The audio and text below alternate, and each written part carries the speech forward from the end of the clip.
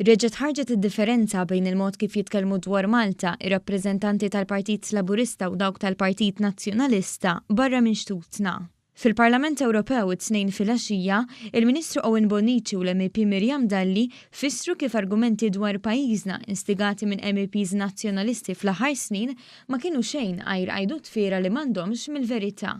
F'kumitati differenti kien spjegat bl-aktar mod ċar kif Malta għandha istituzzjonijiet u liġijiet b'saħħithom kemm f'dik li għandha x'taqsam ma' taxxa kif ukoll f'dik li hija saltna tad-dritt.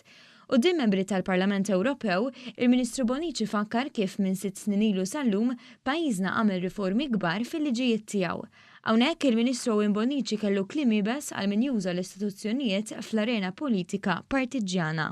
We politicians have very important responsibilities to shoulder. For instance, we must not allow that the most crucial institutions in any democracy be caught in the political crossfire. We have to act responsibly.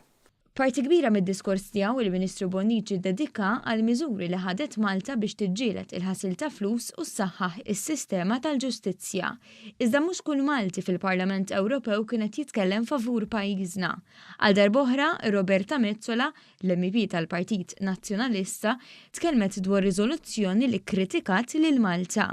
Riżoluzzjoni li hi kienet parti mit-tfassil tagħha u li bħal donnu ħadet gost li tpinġi stampa kera ta' Malta. The resolution gives a stark picture of the situation under this government.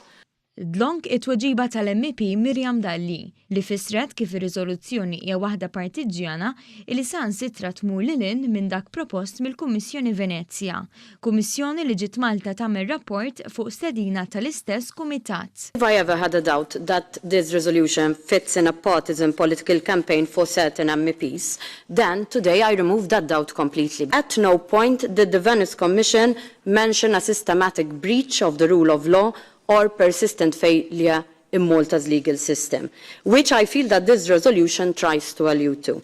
Dr. Dalli fakret kif pajjiżi kbar b'każi ferm ikbar minn uħud li semmew f'Malta kellhom trattament differenti. Very little is said about Germany concerning Deutsche Bank, or about Denmark concerning Danske Bank, or about Estonia and yet again Danske Bank, or the Dutch authorities about ING Bank. I believe that this is the world of two weights to measures. Qabel ma dan l-argument, iċ-ċermen tal-Kumitat li fih kienet qed issir id-diskussjoni, meta fl-aħħar iddikjara kif membri parlamentari Ewropej fl-istess kumitat mhux ikunu konsistenti. We're not having consistency today. That was clearly illustrated today in our committee meeting. So that's clear evidence for the prosecution that we're not being consistent, you know.